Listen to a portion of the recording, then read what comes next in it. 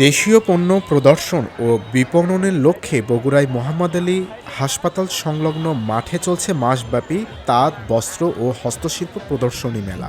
Bogura press club আয়োজিত এই মেলা চলবে আগামী 18 মে পর্যন্ত।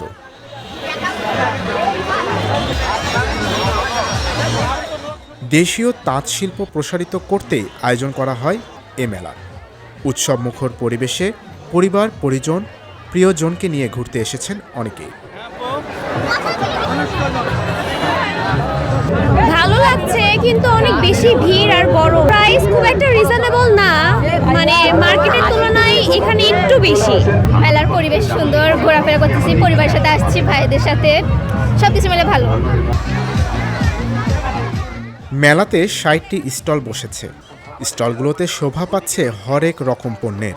এই মেলাতে শুধু তাঁত পণ্যই না, বিভিন্ন দেশীয় কাপড়, মেয়েদের কসমেটিক্স, অলংকার, স্বল্পমূল্যের সাংসারিক সামগ্রীর দোকান বসেছে। এছাড়াও বিভিন্ন খাবারের দোকান চোখে পড়ে, যেমন রোলার আইসক্রিম, চটপটি, ফুচকা, বাহারি আচার সহ মুখরোচক সব খাবার। শুধুই কি তাই, মেলায় শিশু ও বড়দের বিনোদনের জন্য রয়েছে বিভিন্ন রাইডস। যে রাইডসগুলোতে উঠে শিশুরা আনন্দ উপভোগ করছে।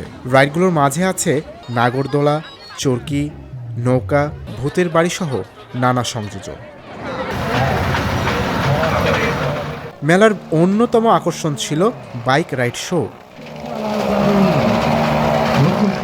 অনেকেই জানান মেলা বেশ ভালো লেগেছে। গত কয়েকবারের তুলনায় এবারের মেলা অনেক আকর্ষণীয়। অনেক অনেক অনেক ভালো, অনেক সুন্দর।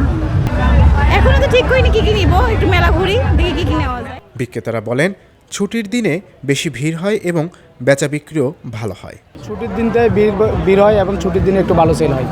অন্য দিন তো অনেক প্রচণ্ড গরমের জন্য মানুষ কম আসে, সন্ধ্যার পরে একটু ভালো হয়। দৈনিক করতোয়া, বগুড়া।